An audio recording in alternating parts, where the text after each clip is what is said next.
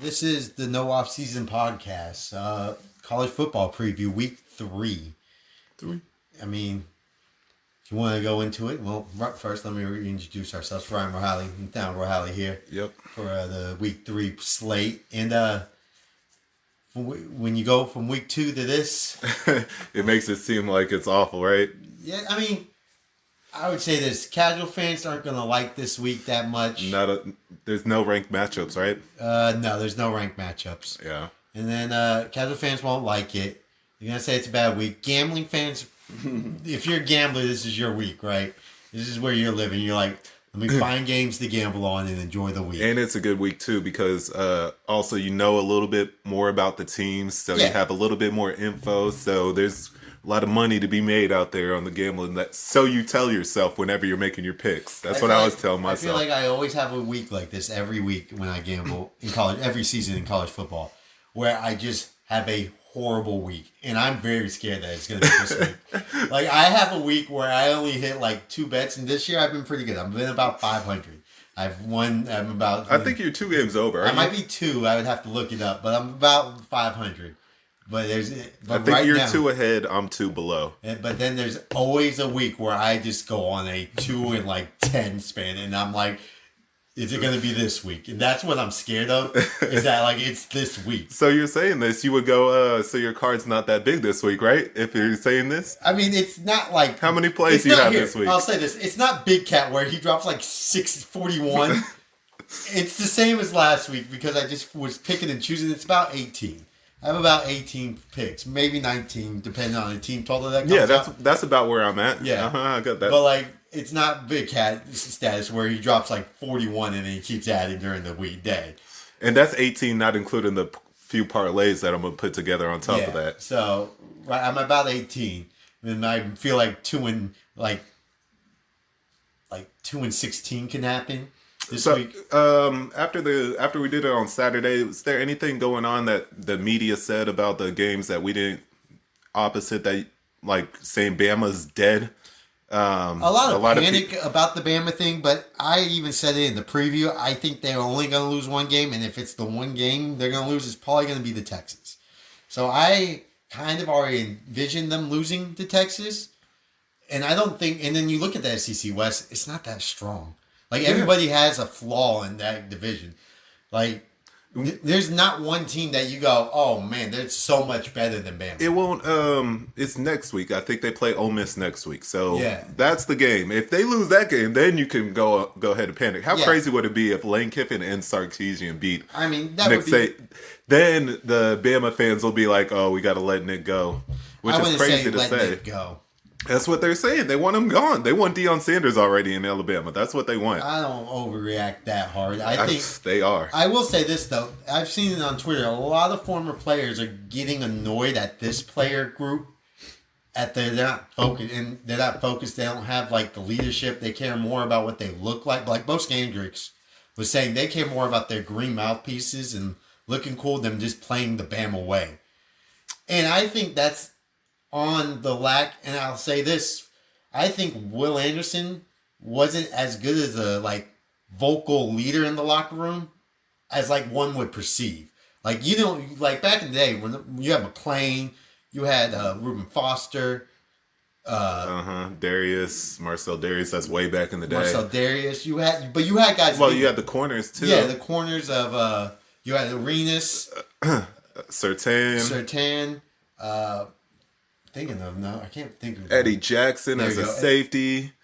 We're missing a bunch because Clinton Dix. Yeah, but you had guys that would hold players accountable for their actions in the locker room, and I feel like that's kind of stepped off. And also, I think they're very talented. Of course, they have 5 stars. I think they miss some of those 3-star, 4-star guys that want to prove themselves and are kind of the vocals. Like, you wouldn't expect Coffee to be like this all-star, but he played and he was good. He wasn't like spectacular. Bo Scandrich wasn't spectacular, but he's a vocal leader in that locker room. And I think they're kind of missing that, like, hey, we're Bama. We don't need our jerseys and our helmets are enough to put fear in you. You don't need to do these things. And then the players now are like, just shut up and watch the games. Like, there's like and they're like, No, we're part of this program too. We built this program. And we want to keep it going. Yeah, because they don't want it to fall. Yeah. And, well, you're saying all this. Their receiver talent for the past 2 years has been bad, though. Back-to-back years. It's not been the best. I wouldn't say it's great. There's been, I mean, when Burton's your best receiver. He's a really good, he's a talented receiver. I'm not saying, but he's not your star. He's the only one that makes plays for him. Pretty much. Because on a consistent basis, you only have one playmaker. And I'll also say this. When's the last time you saw an Alabama tight end catch a ball? Oh, yeah. They don't have an O.J. Howard. Well, last year, who was that guy's name? He was good. Lateo? Lateo, yeah. The 81? Yeah. I know who you're talking about. But, yeah. That, but that was just like the Bama thing going on. Not enough love's being shown to Miami after their performance. I didn't hear anyone talk about Miami at all, which is probably great for Miami because they could just hide in the weeds. Roughness yesterday I watched theirs. They kind of gave a shout out there. But that's good for them because there's not been a lot of Miami love. Yeah. So that's really good for them right now because they could just stay under the radar. They could stay under the radar, and that's a good point. Until they play Florida State, which will be a great game if they can just keep grinding, keep getting those wins. But I think most of the talk in college football was more of how great Texas was and the worry about Bama. And then Colorado, of course. Well, of course, Colorado, beating Nebraska and them. It just seems like there's not enough more discussion about other teams. Like, it's big overarching teams. Like, the Pac-12 is great. We already know that. I just feel like they're waiting for more of the conference talk because at the same time, we're like, yeah, they beat TCU, but is TCU's defense good? Yeah, they beat Nebraska, but their offense is shitty. Like, I think when they play Oregon, and if they beat Oregon, I think that's when the ball should have been rolling. Yeah, that's when we should be. The hype train should be at the most. That's when we discuss, are they national championship contenders? I think once they get there, that's when I go, they have a shot for the playoffs. That's when I'll do that. Right now, I'm still like, it's a good story. It's a great story. Deion and Colorado are a great story. And, it's so spread out now. There's too many teams that at the top could go. In a crazy world, they could go undefeated, and then you could have playoff issues. Like, who's getting left out? Because if the Pac-12 is great this year. But see, I think the Pac-12 is going to snipe each other out. I think. This is what I said, too, in the preview. I was like, the Pac-12 is so good that they will snipe each other out of the playoffs. Like, you're going to have, let's say, Colorado beats Oregon, right? Then Colorado loses to USC. Then USC loses to Utah. Then Utah loses to a random Oregon State. Then Oregon State loses to Oregon. Like, they're all going to snipe each other. And Washington. Yeah, and when Washington loses to Washington State. Like, something weird like that happens, they're going to all snipe each other out. And it's unfortunate because they're not going to get the benefit of the doubt like the SEC would getting two teams in. And it's so deep, you're not going to get two teams in the Pac-12 in. Yeah, that's one of the downfalls. But maybe the writers and the committee will see how much better the Pac-12 is than, say, like the SEC. Because right now, the SEC is not that strong. They've lost almost every big out-of-conference game they've played this year, right? Almost every team has, right? You look at it. Mississippi State's the only one holding... and they barely beat Tulane because they had... Arizona, Mississippi State. But Tulane lost to Ole Miss, and that was a big one. But they almost lost against a backup quarterback. Right. And Mississippi State almost lost to Arizona and had to win in overtime, even though they had 4 turnovers in the first quarter. Yeah, Arizona played as bad as they could, and they still almost lost that game. So, like, the SEC West, if you look at it, it's not really... There's a lot of flaws in those teams. Like, every single team in the SEC West, you can literally see every flaw in every game. In the SEC East, I haven't watched enough Tennessee. I've watched one game. They played Virginia. That didn't really count. Right? I haven't watched Missouri. Kentucky. I haven't watched Kentucky. So I haven't really watched... Georgia. I haven't watched Georgia, but I'll watch them this week and see how they do against South Carolina. Yeah. But, like... We get more info this week about them. We're all talking about, like, the diversity of everyone and how it's kind of, like, more around, which is good for college football. Like, there's more talent. Or more teams that are across the different conferences. Yeah. Now it's not so much, it's only the SEC. And now it's everywhere. The problem, This is the year we needed a 12-team playoff. But this is the year, right? It feels that way, but there's one X factor in that. The one team that hasn't been knocked off that nobody's talking about really, and it's Georgia, right? Because they haven't really played anybody. Yeah. To like that nature. And so no, there's no reason to talk about them. Just like, oh, we're just going to do our business right now. We're not getting talked about. I feel like maybe this week is when the Georgia train starts rolling again. I need to see, is it Beck, right? The quarterback? Yeah. Uh-huh. I need to see how he does against South Carolina because that's just like their first actual game. Test, yeah. First actual game of the year. Like, let's be honest. Those other two games were like preseason games for them. This is their actual test. So that's going to be interesting to see. And I do enjoy the so much more teams playing and more talent on other teams to where it's not just Georgia, LSU, Alabama, Clemson, and then a random team might come in and get talked about in the Pac-12 or Big 12 or Michigan and Ohio State. Like, it's so much more fun when you get to talk about more teams and there's more of a chance that you believe that a team like, say, Miami can rise up or Colorado can fly in there or Texas is going to be good and Oklahoma, Washington, Oregon, Colorado, North Carolina, Florida State, like just like that, Penn State, Michigan, Ohio State, like just getting everybody back into that groove of the anticipation. Like I won 2005?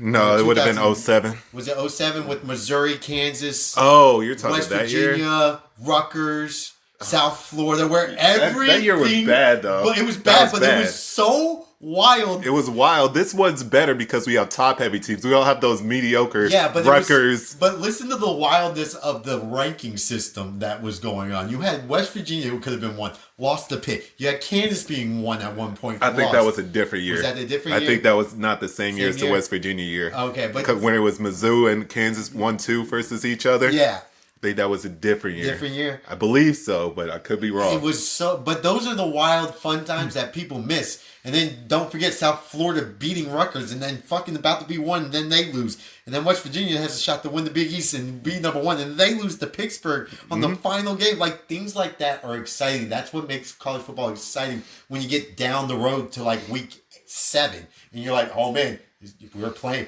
Texas is playing Baylor, or I don't think they play them earlier, but like things like that. Like getting into those games that are must win and then just feeling the tension of the team. There's plenty of teams that are up there. There's probably, looking at it, there's about like 11 teams that could legit win the national title this year. Yeah. Which usually it's only like 4 or 5. Yeah. This year it's 11, and that could be even a low number right there that like, I'm saying. Last year you could see right away that Georgia was better than everyone. Yeah. And you were just like, all right, can somebody stop the train? Nobody could stop the train. And then you were listening, and then the anticipation was Michigan's gonna be there. Michigan lost to TCU, but like this year, there's none of that feeling right now, which is great. But I also do think it's because nobody's really watched the Georgia game other than Georgia fans, and so for this week, and I'll just go right into that game this week because it's one of the bigger games. That's what I want to. That's what we're gonna see. Is Georgia just gonna show everybody again that they're still... This is their game where they get to show out. Is this the game they show? We're the top dogs still. You're going to have to go through us to even sniff the championship. And... Did you didn't want to know questions about the top 25 or anything? Everything was fine? There was nothing... Nothing like extravagant. I don't think... Okay, that's fine. I don't think like anything was like wild. Texas jumping from 11 to 4... is a little bit wild. But yeah, I didn't think we would jump that high, but I understand it. You know, you beat Bama to jump there, but nothing like really stood out. Nothing's like, wow, this team's in and that team's not in. What's going on there? It's how the rankings are, but Georgia and Michigan are 1-2 just based off of preseason hype. Yeah. Like, if you're doing it, Florida State's 1 and like Texas is 2 based off a resume thing. But you know how the polls, you know how the polls work. Preseason poll, you know, if you never had a preseason poll, that probably wouldn't be. But I mean. You look at it, there's nothing like... I think maybe Oklahoma could be a little bit higher. There's going to be a point in this season where we're going to have to talk about resume versus last season. Are they ranking a team because of last season or the previous seasons or this season only? Because Georgia is in a weak SEC this year, and their resume isn't going to be as good as other teams if their other teams are undefeated with them. And there might be a point where you might have to drop them off of that number 1 spot because their resume won't be as good as any of these other teams in the conferences. We'll cross that bridge when we get there. But like, let's say they dominate South Carolina this week. They dominate whoever they play next. Like, they don't have a game where they don't win by 24. I think that's pretty impressive, and I don't know if you could drop them out of that 1 spot. Okay. Like, it would literally, like, I know what you're talking about because their schedule's not the strongest, right? They really are banking on Tennessee or Florida. I don't know how Florida's going to do it, but Tennessee or Florida or Kentucky, they're relying on Missouri. Here's a better example. They're relying on Missouri this week to beat K-State, so they can hop into the top 25. Yes. And then they're relying on, I want to say this too. They're not relying on it, but it would help their resume. It would help them out. Yeah. And then they're going to hope Tennessee could beat Florida just for the simple fact that top 10 matchup. Yeah, when that game comes around, it's a big deal and it's a resume builder. Because say Tennessee loses and Missouri loses, their resume then goes down dramatically to where they have to understand. Kirby Smart is a smart guy and he knows how to motivate that team in weird ways. He will literally have to tell them, we got to beat everybody by 24 plus, guys. It can't be a 7-point game every week. Because if we start getting to week 8 and 9 and there's like one undefeated team in the Pac-12 that's running it, Oklahoma or Texas that's undefeated, Notre Dame undefeated with that resume they have, Florida State undefeated, there is an argument to be had. Undefeated. Michigan undefeated, but they don't play anybody until Ohio State, Penn State. Yeah, but they played those two teams compared to what, Tennessee? Right. There could be an argument where you leave Georgia out of the top 4, and I don't think they will have the balls to do it. But the resumes on the other previous teams I just listed will be better than Georgia's. Yeah, it would be better, and they would argue, well, we have Tennessee, and you go, well, Oregon. Like, we'll just throw Oregon in there. You'll be like, here, I'll do a better one. Like, let's say Colorado does beat Oregon, right? Let's just go down this list. I'll be like, well, Colorado would be Tennessee, Nebraska, Oregon, and USC. Tennessee, you mean TCU? TCU, Nebraska, Oregon, USC. You can't get, and if they beat Oregon and USC, those two right there, you can't even argue Tennessee and Georgia, Florida? Like, there's a hard argument that those two right there for Colorado put them in a spot better than Georgia. Yeah, and we're saying all this knowing that they will not leave Georgia out because they'll say, well, you can't leave a 2-time defending national champ out of the which is a stupid argument to make because we're supposed to argue every year is a different year and you argue off this year, but naturally they do not. They don't naturally, and like I said, this is one Georgia would have to win every game by like 24 plus points because that's impressive. That's complete domination to show they are one of the best teams in the nation. Like that, in my mind, it would be hard to. That would be a great argument for them to be like, look, our schedule wasn't like top tier, but we didn't have a close game all year. We weren't even close. It would have been like when Alabama and Mac Jones destroyed and LSU destroyed, or the LSU 2019, where they just steamrolled everybody. LSU played somebody out of conference. I know, but you know what I'm saying. They just steamrolled everybody, and I think LSU Texas was the closest game they had that year, and everything else wasn't even close. Yeah, I'm just saying the difference is this year, and it's a long ways to go, so we're getting ahead of it. I should have even. Well, wait, if it keeps going this way, I'm gonna bring it up. Yeah, every week just to say. Going back, we got a little sidetracked. The Georgia South Carolina game. Can South Carolina block Georgia's defensive line? I mean, again, we haven't watched Georgia this year. But we watched South Carolina, and they struggled against North Carolina's defensive line. And I only think, in my mind, I'm pretty sure that Georgia defensive line is going to be better than North Carolina. Right? Yeah, line. You just throw that out there, right? Yeah, I'm just throwing that out there. There's a that's my assumption, and I'm going to go with it. Are they going to be able to even block for Spencer Rattler? Well, or is Spencer Rattler going to be too panicked already to get to the fact, and he's thinking he's got to go throw it quick, and he's going to make mistakes, and the picks are going to come? Like, I think Spencer Rattler already has it in his head, and this is because this is how Spencer Rattler works, in my opinion. He already thinks he's going to have no time. He's already envisioned it in his head, but like today, he's like, I'm going to have no time to throw the ball. I'm going to have to get it quick out. So he, in his head already, Because we've seen he doesn't even get the ball out quick though, because it takes him so long to process things down the field. He doesn't have it in his. Because we saw it in the Texas when he played Texas. When he thought he didn't have time, he was quick throwing, and there was bad throws, and he didn't read the safety come down the interception. Last year he was awful in this game too, so it's one of those things where you sit there, and you're like, people are like, oh, Spencer Rattler, he's been really good this year. He wasn't. He's throwing dink and dunk passes to get those yards against North Carolina because of the bad. They couldn't block anybody. I don't think anyone thought Spencer Rattler's been good this year. Yeah, I've seen it on Twitter. People still believe in Spencer Rattler. God, man. So I think he's already in his head that he's going to have a short passing game. With that being said, I don't know. It's 27.5. It's a big number. Georgia 230. Georgia fucking loves beating up on South Carolina. They do. I don't think they've had a close game in years. Brock Bowers killed South Carolina last year, too. Can South Carolina adjust to how bad they were last year to stop Brock Bowers? South Carolina showed up in big games towards the end of the year last year. Everyone's banking on that. But both those games were at home, weren't they? Yes, they both were at home. So I mean, I actually have South Carolina to cover 27.5. I do too, and I don't like it after talking about it. After talking about it, I hate it more and more. I hate backing Spencer Rattler in big games. I do too. But I'm worried about Spencer Rattler, and I'm like, as I'm thinking, I'm like, he's gonna have no time to throw the ball. He's gonna panic. But maybe Beamer could have got this thing right. We'll see. It's a big game.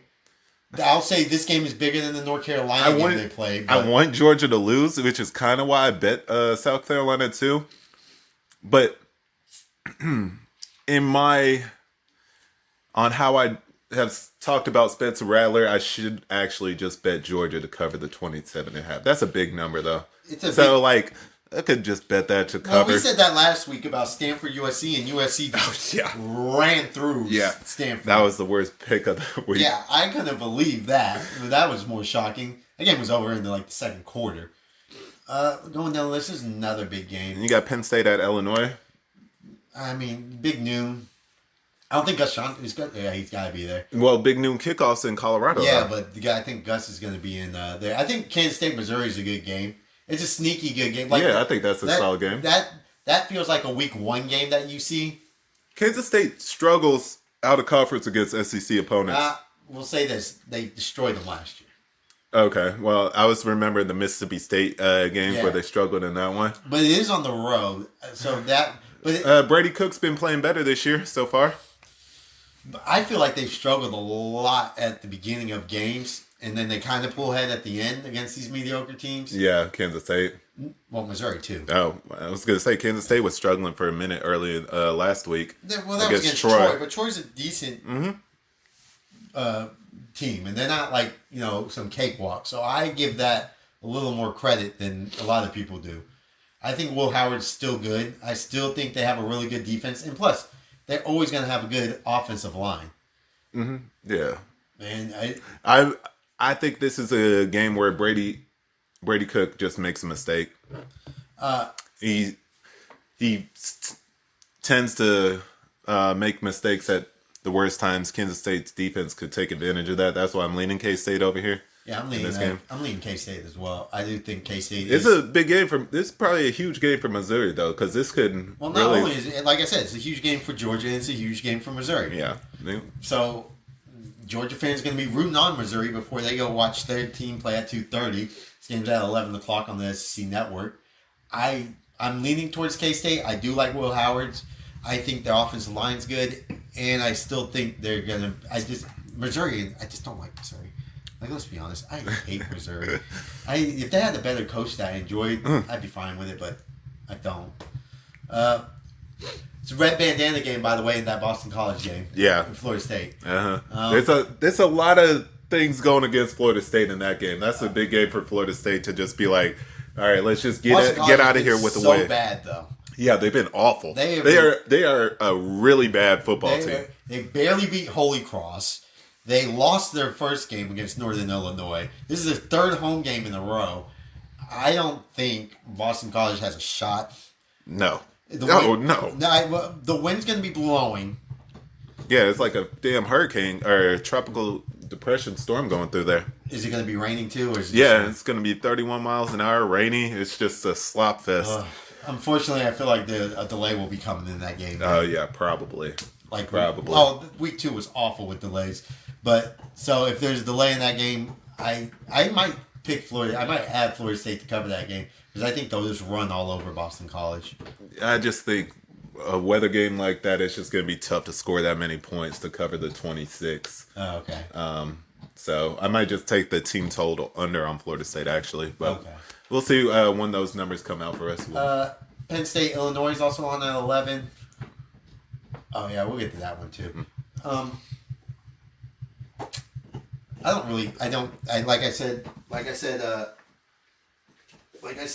Penn State's offense is really good. Well, I said this about Illinois. I don't think they're going to be that good this year. Yeah. And that was one of my things. Leaving Chase Brown. Chase Brown. No Chase Brown. Their offense wasn't, great the year before. Chase Brown did a lot of it. So, it's harder for them to figure out what they're going to do. 14.5, yeah. I do think Penn State's going to dominate that game. Yeah, it just seems like Penn State's a lot better team. I watched some of that Illinois-Kansas game, and it was brutal. They did try to make a comeback, but that's just like a Kansas thing, I feel like they do. So I think Penn State's going to blow them out. Another decent game, and it's going to be... I had it on my board, and then I erased it because I don't know what's going to happen. It's another 11 o'clock game on ESPN. LSU versus Mississippi State. We watched the Mississippi State game last week against Arizona. Yeah. They had 4 turnovers in the first quarter. Give me 1 second, guys. I have to do something. Sorry about that. They didn't look good on offense. They didn't throw the ball at all against Arizona. They only scored because Arizona gave them such short field that they could have scored. They ran the ball very well. I was going to say, running game looked good. Yeah, running game looked good. Everything about that was fine. They should have lost that game, though. Mm-hmm. And LSU, we only saw them against Florida State. They didn't look great. And it's a road game at Mississippi State. I was going to pick LSU because of this, too.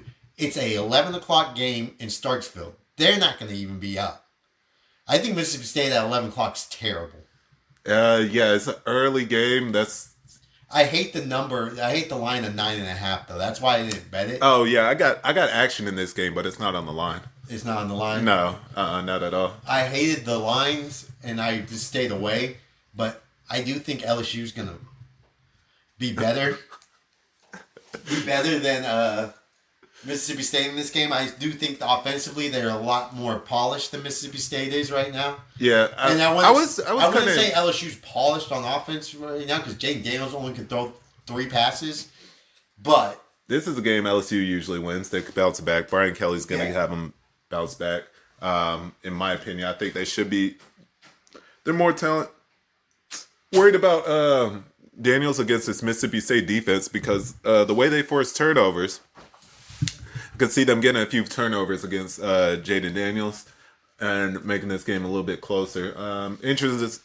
Just be an interesting game to watch because Brian Kelly really needs this, and usually he bounces back and gets a win when he needs it to stay.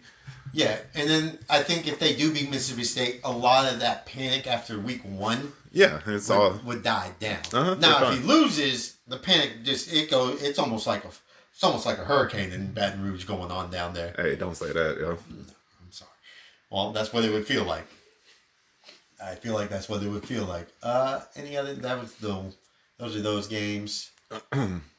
Notre Dame's gonna beat Central Michigan. Bounce back for Bama. It's weird that they have a road game against South Florida. That's such a weird schedule. I feel like they just wanted to go on the beach area. Yeah. But I feel like it's gonna be a weather delay over there because it's Tampa.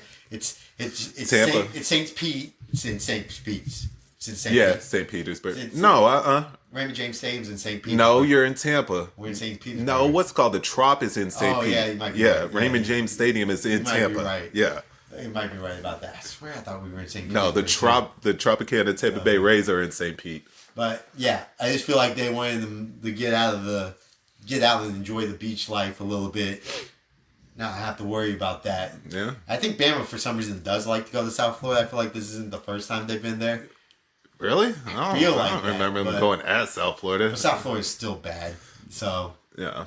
I think it is a bounce back game. I don't know if they're going to cover 32, but I'm not against them covering 32.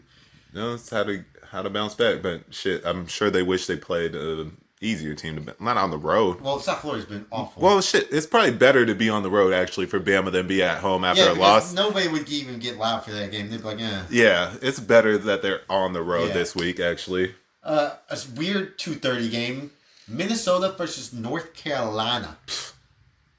North Carolina struggled against App State last week. Yeah. Surprise, surprise. Rivalry game. I guess pretty much now it is. Well, App State hates it because it could never beat North Carolina. Losing heartbreaking fashion every year. Every year. Roe's going into North Carolina. This is a game North Carolina loves to lose. But they should have lost to App State last week too. So this is a game they love to lose, but Minnesota, man, their quarterback looks so bad. So bad against Nebraska that it was hard to watch. It's like two contrasting styles of offense where it's hard to watch Minnesota's offense, but I enjoy watching North Carolina's offense. Yeah. But I do think Minnesota might have a good job against Drake May. I feel like, they could just grind this game. Yeah, I feel like this could be a grind game. Drake May needs to have a performance. Yeah, he needs to... Come on, Drake. Come on, Drake. He needs to have a great performance for North Carolina to get back. Because right now, I mean, he was good against South Carolina in the first half, struggled in the second half. No, he was fun in the second half. He threw 2 picks. That's wrong. Yeah. It wasn't his first half was better than his second half. We didn't watch the App State game, but he was on the bottom line. He was struggling. He didn't really get over 100 yards to like the fourth. No, third. Third, yeah, about there. Yeah, then they started lighting it up late. Yeah. Then it became kind of a score fest. It seemed like. So it'll be interesting to see if you get the ball rolling against Minnesota. Probably watch a lot of that game. Contrasting styles. Yeah, well, that one and the Georgia game were your 2:30 main ones. Oregon State's still hot. Yeah, big point spread over San Diego State. Yeah, but that'll be interesting game. Virginia Tech Rutgers. Yeah. Ohio State, Western Kentucky. Man. Want to talk Ohio State for a sec? I mean, you want to talk about Ohio State or Michigan State? Because we didn't get into the Mel Tucker situation. Allegations. Yeah. It's right now an allegation. Okay, but he's fired either way. He did get fired. And he's also, I think he's suing the school. It's just a hot mess over there in Michigan State. And that's...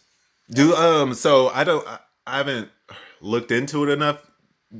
Is Michigan State out of his contract now? They don't have to pay him because of this? Or I think that's why Mel Tucker is suing him. Sue him because they're saying so they have to pay his buyout. It was something along the Title IX thing. I would have to look it up more. But like he was like, yeah, it was consensual. All of it was consensual.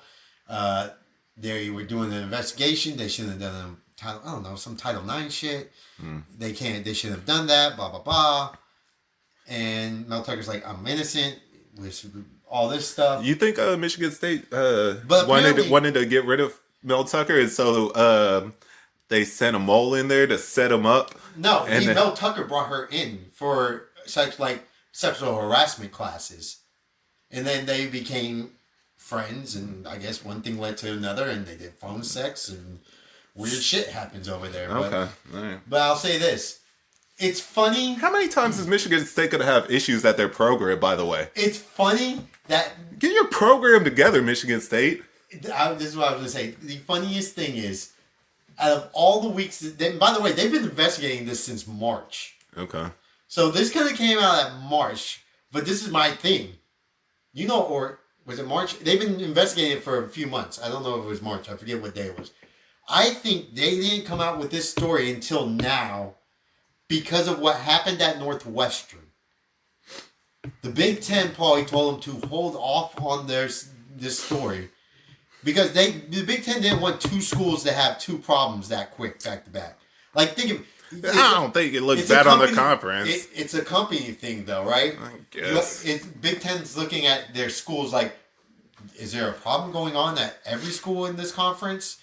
they're looking at everybody. Like the Big Ten's looking at it like that's their group. That's their group. That's like their things, right?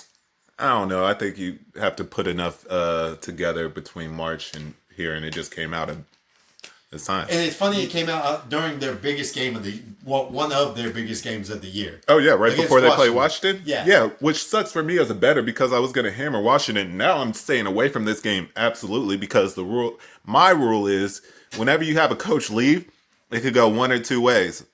Really good or really good or really bad. So I don't know which way it's going to go. So I'm just going to stay the hell away from this game altogether. As much as high as I am on Washington, I don't know if the fans are going to be more pumped. They're probably more excited. I would imagine so because they weren't big on Mel Tucker after last year. And then they were. Well, after that miracle. Yeah, I know. It was like, we love him.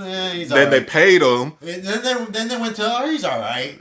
God, why did we pay him all this money? Uh-huh. So it's one of those things with Michigan State. So I'm glad Mel Tucker's gone because I thought he wasn't a good coach anyway after last year and this year. They did a terrible signing of him anyways. So all that money was signing him halfway through that great They should have just been like, go if somebody wants to hire you. They should have just paid Kenneth Walker all the money instead. That was the one that was really carrying Michigan State during that time. Glad Michigan State's going to get a new coach. Hopefully they find a good one. Maybe they'll get Dave Campbell from Iowa State. His buyout number is huge, though. So I don't even like him. So I think he's a little sour. Or Dan Campbell. Did I say Dave Campbell? Yeah, I would say Dave because of the Texas Magazine.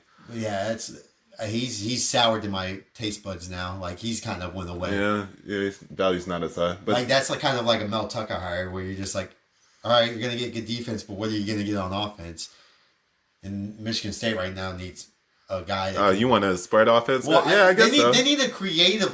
They need some sort of creativeness in Michigan Offensive State. mind guy. Yeah, just something more creative than what they've had for like the past decade. Yeah, but that weather in East Lansing in November, December, I know that'll be tough to win games like that. Even if Ohio State and Michigan could do it, I think Michigan. I always feel like the weather's worse at East Lansing than it is at Ann Arbor and Columbus. Yeah, it always feels that way. Right?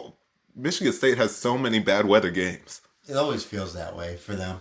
But this is my personal opinion because this is my last hurrah with my Pac-12. I think Washington steamrolls them. Okay. Yeah, like I said, it could go one or two ways, and I'm just staying away from it. I don't think Michigan State can stop any of those receivers at Washington. I actually might bet the over a little bit because Noah Kim's been playing pretty good lately. I think Washington can drop 40. So if I want action, I might just throw money on the over. So no Ohio State. It's too early to question about like their new play style where they're just kind of just grinding games out. I mean, they did pass the ball a lot better last week. It was against a worse team than Indiana. Yeah, Youngstown State. Yeah. Harrison Jr. had 200 yards, I think, or something like that. You know how Ohio State is like when they're good, like elite good.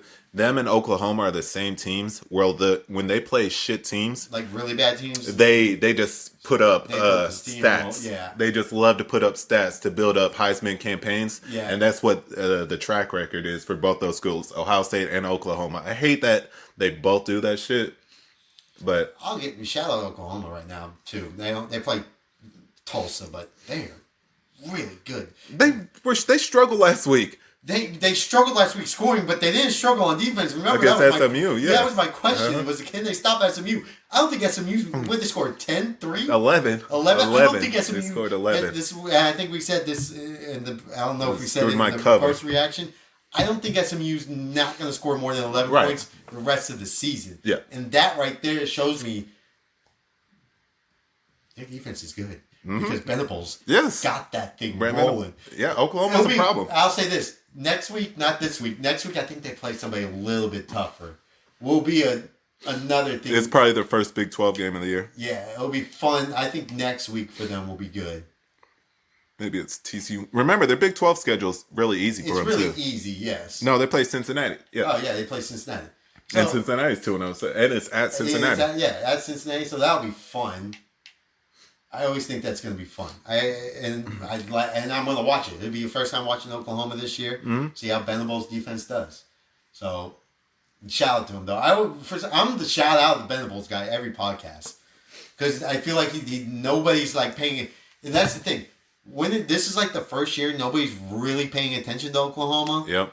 And you're just like, I'm seeing them and I'm like, they didn't give up a touchdown. They only gave up 11 points to SMU. And nobody's like giving that like a shout out because of how bad they were last year. And also there's so much other shit going on. Like we talked about earlier, like only people are talking about like 3 topics instead of all these other things that are going on. Like the fact that he got shit on so much last year for how poor his defense is. The fact that he's only given though he didn't have a quarterback most of the year. Yeah. And the fact that he's only given up 11 points. Like how many teams can be like, only giving up 11 points this year? What, Georgia? Maybe, but they haven't played, and you're just like, they didn't play anybody like SMU. Yeah. So that's one of the things where I'm like, that's impressive. Then we have one of the best rivalries of all time. It's kind of diminished, Florida down and out. Yeah, but it's still a rival fight. It's still one of the funnest rivalries of the year. What's the old Steve Spurrier's quote about Tennessee? You can't spell citrus without UT because they would always go to the Citrus Bowl while Florida was always in the national championship. Not always, but they were doing things while Tennessee was just chilling in the Citrus Bowl. This is one of those games. See, that's what Florida needs. They need more Steve Spurrier type from their fucking coaching staff. This is what I'm going to say. This is the biggest game of Bill Napier's career. Yes. As a head coach of Florida, it wasn't that Utah game. This game right here is his biggest game of the year, his coaching career in Florida. Yep. If he loses this game, I don't know if he can come back. He can't. Unfortunately, we're both Bill Napier guys. We're like the last 2 Bill Napier guys. And I remember after the Utah game, I was like, all right, I can't defend him anymore. He's on the seat. Yeah, you're right. And I didn't even get to see the game, so I'm still I can't defend how poor he was coaching that game. He's on the seat. Like, there was nothing in that game that made me like. I'm hoping he can pull something out against Tennessee. But watching their offense play against like Utah was horrible. It was hard to watch. It got better in the second half. They still couldn't put up score. Yards. Yeah, they could put up points against Tennessee's defense. Yeah, but right. Force some turnovers from Joe Milton. Joe Milton on the road. I think this is where he's on the road. I also think Joe Milton's back home.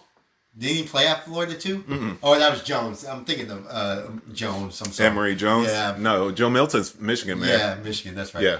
Well, Jones and Milton, for some reason, they kind of felt the same. They both they were both lanky, tall guys that had good arms, just very inaccurate. I think Milton's gotten better accuracy lately. That's only because of hypo. I still think he's the same quarterback. I'm always going to be all in on Florida and Bill Napier. So you already know which way I'm leaning. I know, but Florida's offensive line looked horrible against Utah too. Does Florida have the best college football stadium in all the nation? The Swamp? Yeah. I think when you get the bird's eye view of it, I think it's cool. I like it at 2. I don't like it at night though. I'll say this. I prefer the 2:30 the day. 2:30 Swamp I game did too. Over there. And I prefer this game. I don't know. I like this game when it's at Florida to be at 2:30. And when it's at Tennessee, I like it at night. I understand why it's not at 2:30 because it's not on CBS. Yeah, they chose the South Carolina Georgia game. Yeah. I prefer that. I prefer Georgia's stadium at night, and I hate it in the day. I don't even like Georgia Stadium. That's not even in the same area as Florida. Florida's like I'm pretty sure it's my favorite stadium in all of college football. It has that welcome to the swamp on the side with the orange. I like the welcome to the swamp thing. I like the orange. Who has a better stadium? I do like Rocky Top though. I like Tennessee Stadium. Okay. I like it at night. I think Tennessee Stadium at night is 10 times better than Florida Stadium at night.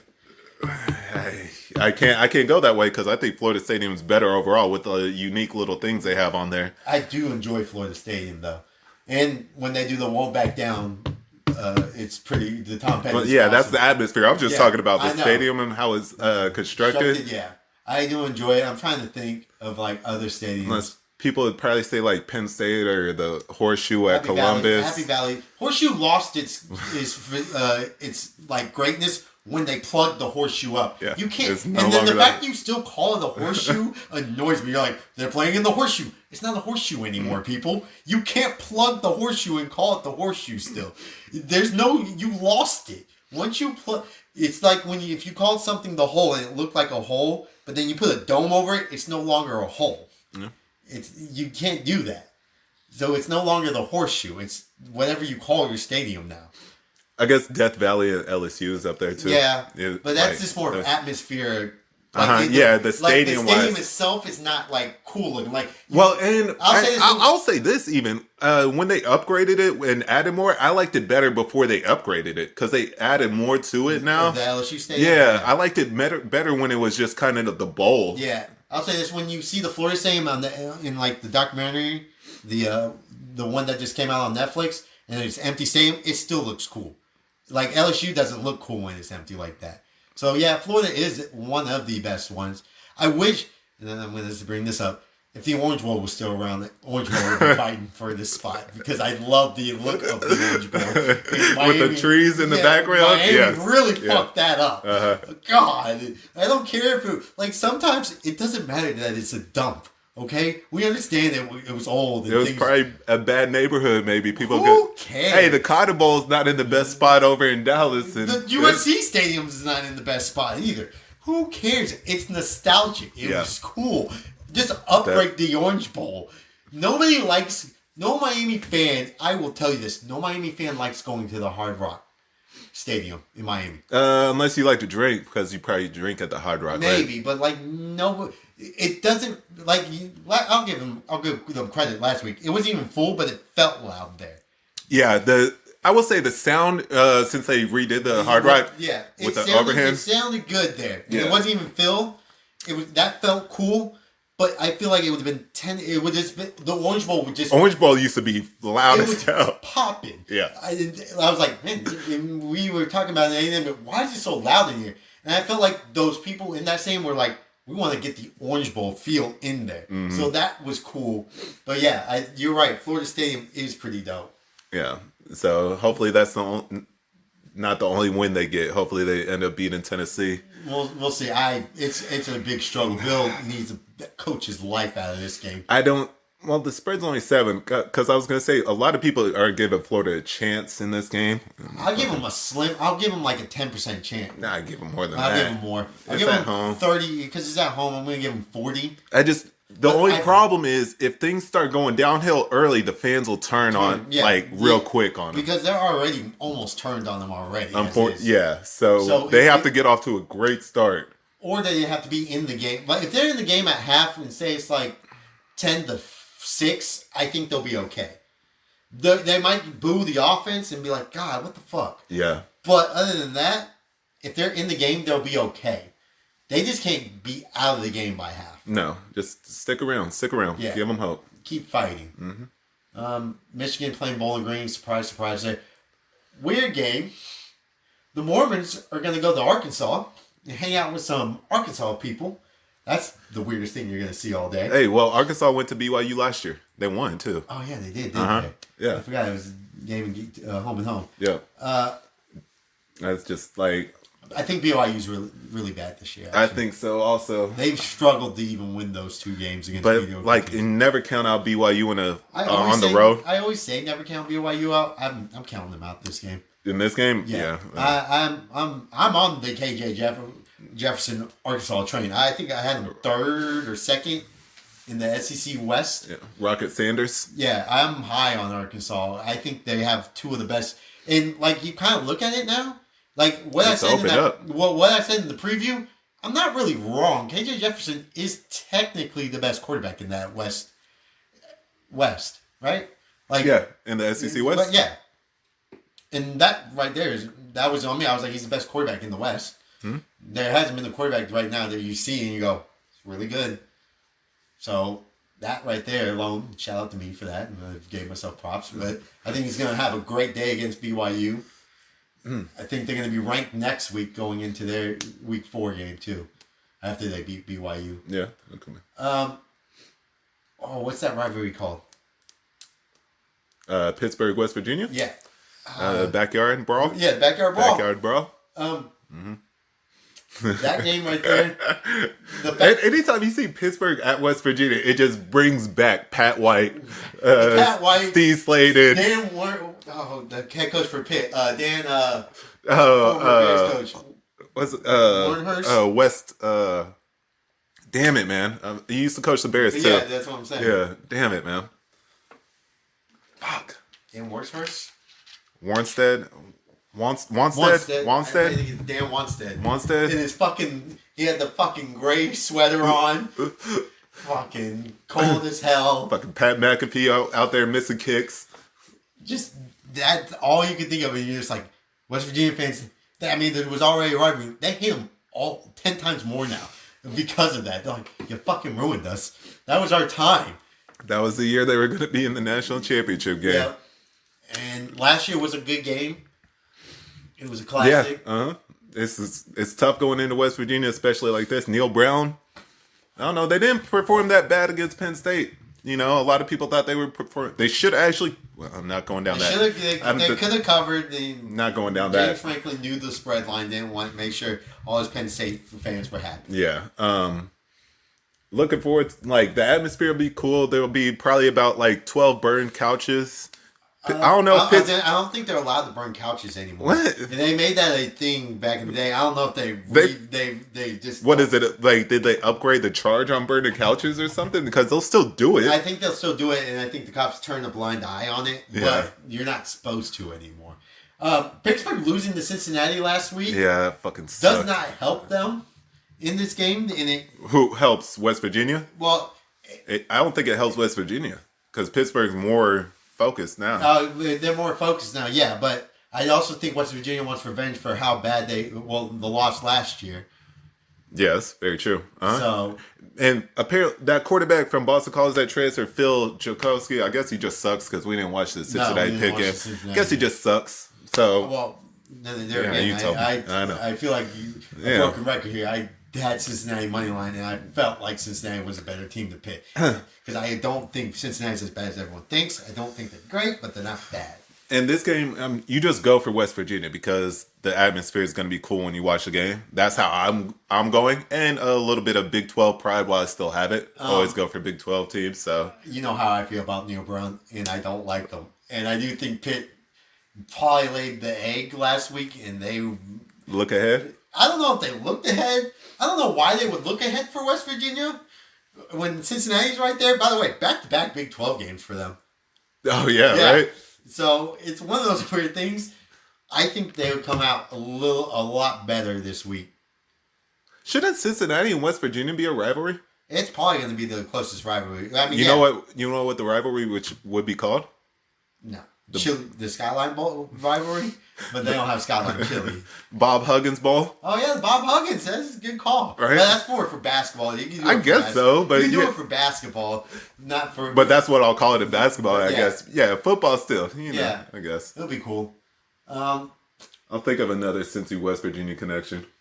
Wyoming goes and plays at Texas. Can they upset another Texas team? I don't think so. Yeah, right? Can they do it twice? Can they do it twice? They're grinding out offense. That's fucking a pain in the ass to play against. Difference is they're not at Wyoming, so it's a different feel. It's still going to be like a that grind. stadium's going to be empty.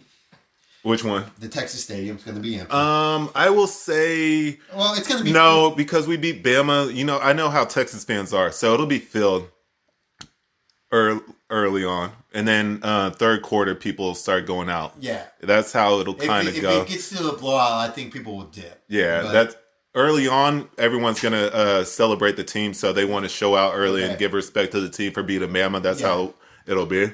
And they'll hope to get off to a good start. We'll come out sloppy like we fucking usually do in those type of situations. And then we'll have to grind out a 17-point victory. Fortunately, it's on the Longhorn Network. So if you don't have the Longhorn Network... Yeah, who does? You're out of luck. Right. The Fox game, TCU at Houston.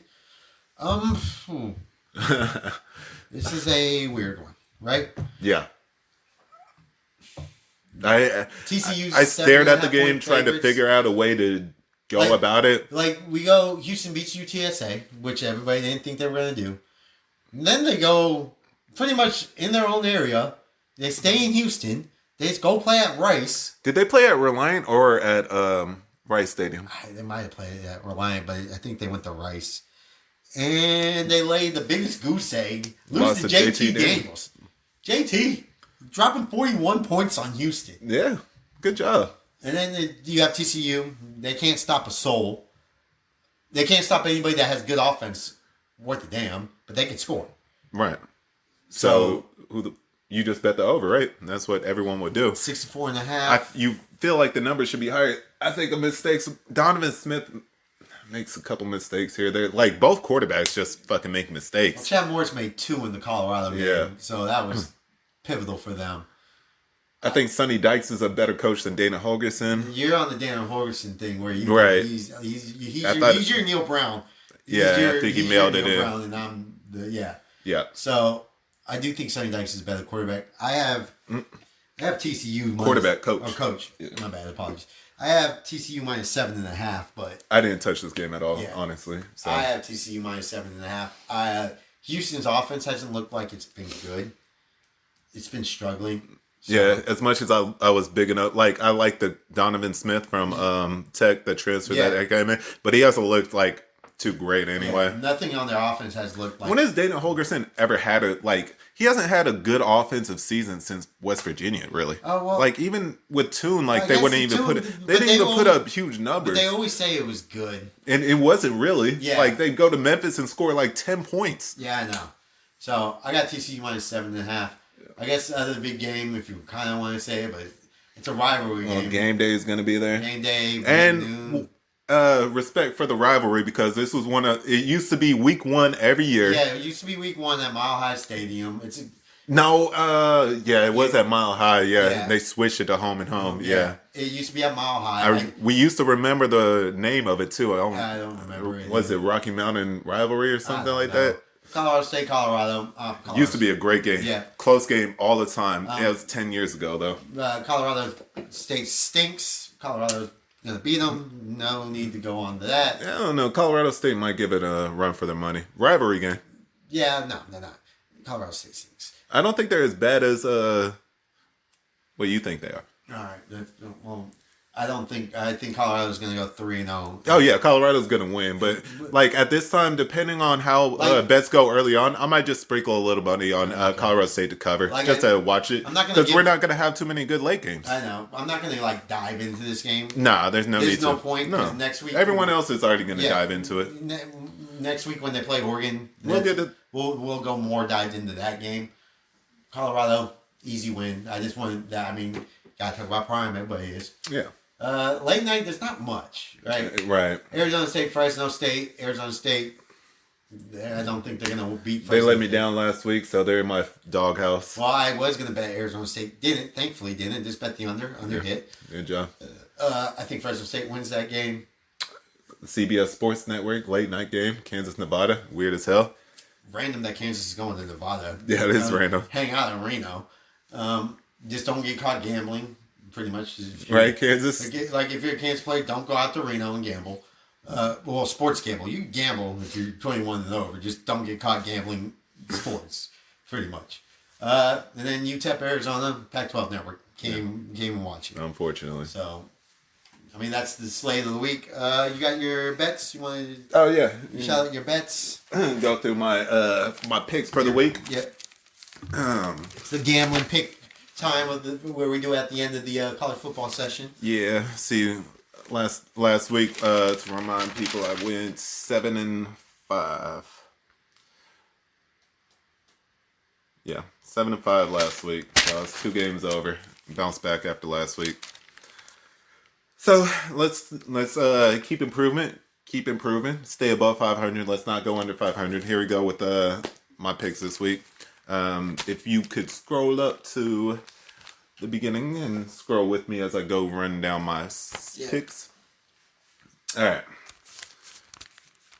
Well, starting on Friday, I got some action on Friday. I said I'll bet against Virginia every week until they prove me wrong. They proved me wrong last week. Actually covered against James Madison. Yeah. However, I feel like the rest were involved in that one, so I'm going right back to the well. Get Maryland at 14.5. Boston College, I got them covering 26.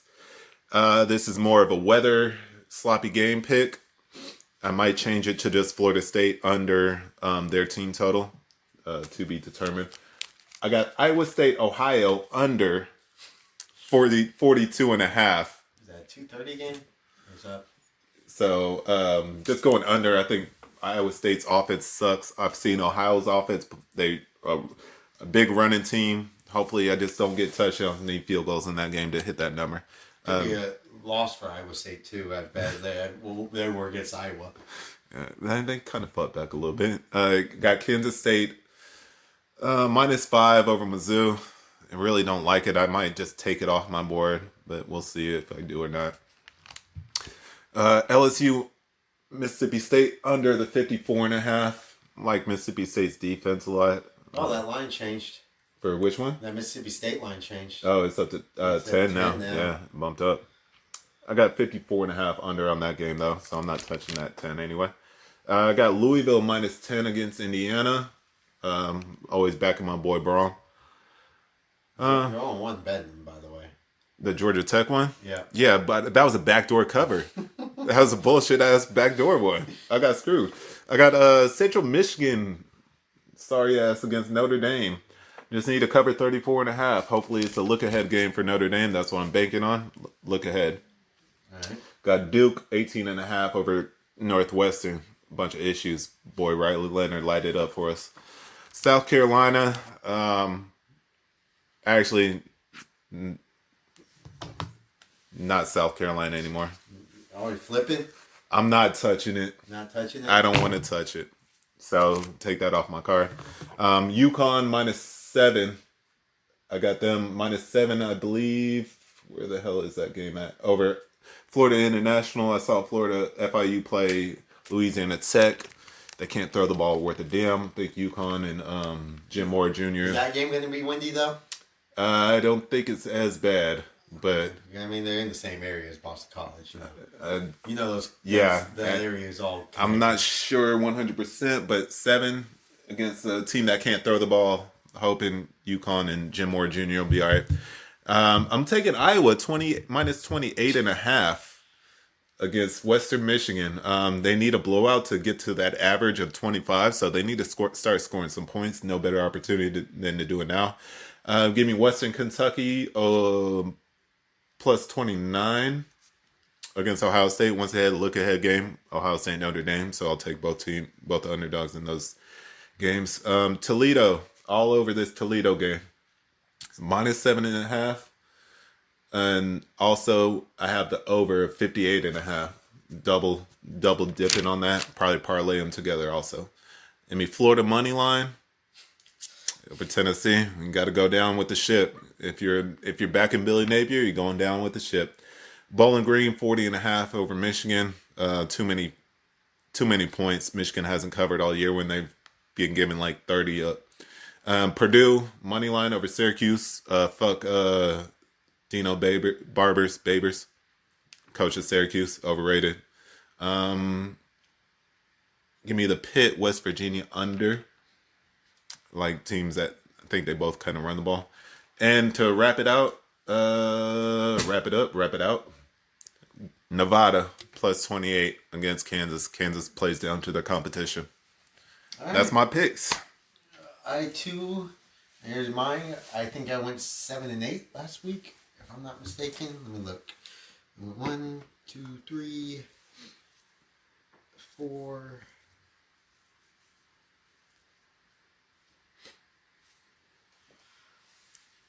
5, 6, 7, 8. I had 8, and I have 1, 2, 3, 4, 5, 6,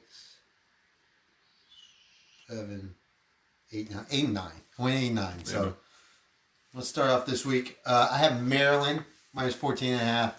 Virginia stinks. This is bad. Cool. Rolling with me. I have Kansas State -5. I like Kansas State, and I don't like Missouri. I have Penn State -14.5. I'm going to bet against Illinois until Illinois tells me not to bet against them. It's kind of the same thing with your Virginia thing. So I roll with that. I have Duke minus 18.5. The same thing with you. Duke. That Northwestern's bad.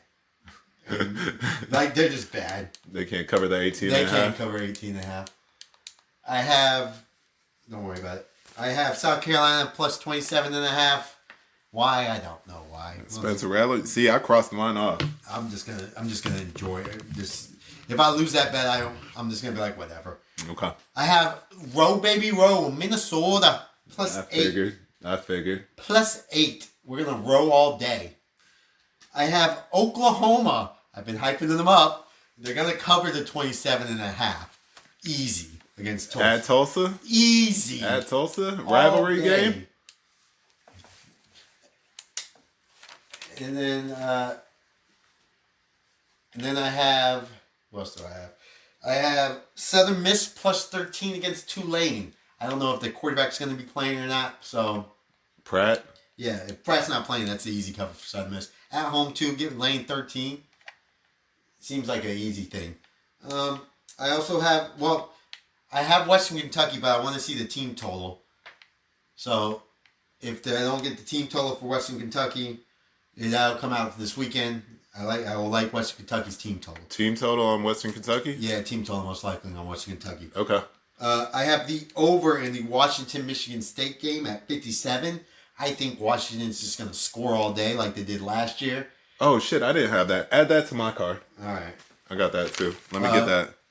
I think Washington can score 40. You're like, damn, they only have 20 points. And then, in the matter of 5 minutes, they have 40 points. And you're like, where the fuck did this come crazy. from? Yeah. So I can see, 40 to 20. And so your money there. Good call. Yeah, I'm with you on that. I have Florida plus 6.5. This is my last Bill Napier thing. You have money line. I'm not doing money line. Okay. I'll say if you cover for me, Bill, I'll always ride. You could get it at 7 actually. Is it at 7 now? Yeah. I'm gonna move it there. All right. I get it at 7. You get that extra. That's a big number too. Yeah, I'll go 7. That's a lot better than 6.5. So I'll go Florida. I also have Purdue money line. They fucked me week 1. They helped you out. David, don't hop on this Purdue money line trade. They helped you week 2. They're gonna help me this week against week 3. And plus, it's payback for how shitty they got screwed over against Syracuse and the carrier don't. Good call. Last year, the rest should be on our side this time, right? I have Arkansas minus 8. Again, BYU's not that good this year. I love Arkansas this year. I'm going Arkansas minus 8. I have the over in the Georgia Tech Ole Miss game. Georgia Tech flies on offense. They do a very quick hurry-up offense. I love Chris Winke's style of play. And I think Ole Miss, they can score against Georgia Tech. So I think it's going to be a high-scoring game. I have FAU to cover the 24. And the hook? Is it a hook now? Yep. I get a hook now? Even better. Well, I love when lines move. Yes, 24.5 FAU. Clemson hasn't looked good all year. They look bad against Charleston Southern. They're not even in the top 5. Tom Herman's going to Clemson with Casey Thompson. Can see this easily covering 24.5. I have Pitt money line. I don't like Neil Brown. Is that our fight game? Yeah, no, I just have the under in that. Okay. I have TCU minus 7.5. I don't think Houston's good this year. I thought they would have been a little bit better, but they've kind of proven to me that they're not. Losing to Rice isn't a good thing. I don't know if you were looking ahead to this TCU game. Maybe you were, and that's on you, and you're going to prove me wrong, but I do think TCU will bounce back and win this game. In my last game... It's messed up. You picking a Dallas team over a Houston team, though. I know. In my last pick, Fresno State over Arizona State. Not making the same mistake twice. Fresno State beat Purdue week 1. I had Purdue. Fresno State can pass the ball all around. They have a very short quarterback. I think he's like 5'10". But he throws a great quick slant pass, and that's what killed Purdue. Fresno State looked pretty good. I got Fresno State minus 3. Oh, nice. That is my card for the week. We have a lot of different picks, like different games picked on our cards, which is interesting. So we'll have plenty of games to watch throughout the day. So it'll make it a great week 3. Make it entertaining. But that's going to be it for the college football week 3 preview. Hope you guys enjoyed listening. Thank you guys. Just like and subscribe if you can. Do all that good stuff. Hey, right with Nate's bets, you're about to go. Shit, I think we're gonna go probably. I'm gonna say 12-6 this week. 12-6 this week. 12-6. I'm just hoping for a 500 week this week and grind it out. But so you know how that's gonna go. You're gonna do well, and then mine's gonna be shit. That's how it's gonna go. But, thank you guys for listening. We'll have the NFL one out pretty soon as well. Oh yeah, we got to do that, right? We got to do that one too. Yep. So see you guys for the NFL Week 2 preview and Week 1 recap. Yep. So thank you guys for listening. Out.